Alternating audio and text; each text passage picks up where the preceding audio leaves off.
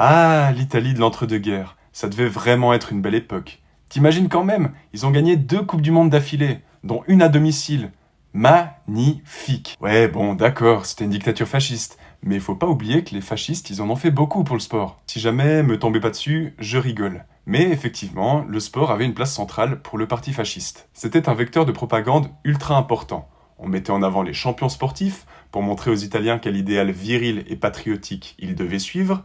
Aussi, le sport permettait de montrer au monde la grandeur de l'idéologie fasciste. C'est pour cela que la grande équipe de football italienne effectuait le salut fasciste avant ses matchs et après ses victoires. Du coup, quand le grand cycliste italien Gino Bartali remporte son premier Tour de France en 1938, tous les médias du pays sont présents, appareil photo en main, pour immortaliser le salut. Quelle belle vitrine pour le régime. Sauf que notre ami Gino, il est pas trop féru de fascisme. Son truc à lui, c'est plutôt la religion.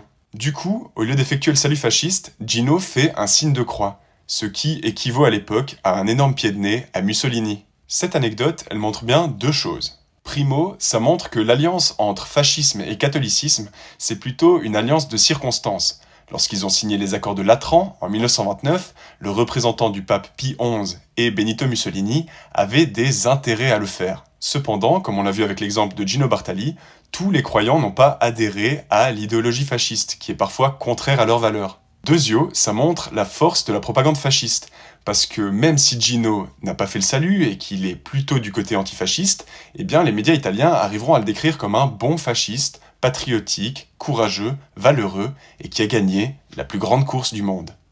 Pour en savoir plus sur Gino Bartali et sur l'utilisation de ses exploits par le régime fasciste italien, tu retrouveras ces 2 épisodes sur tes plateformes d'écoute. Sportivement vôtre, ciao.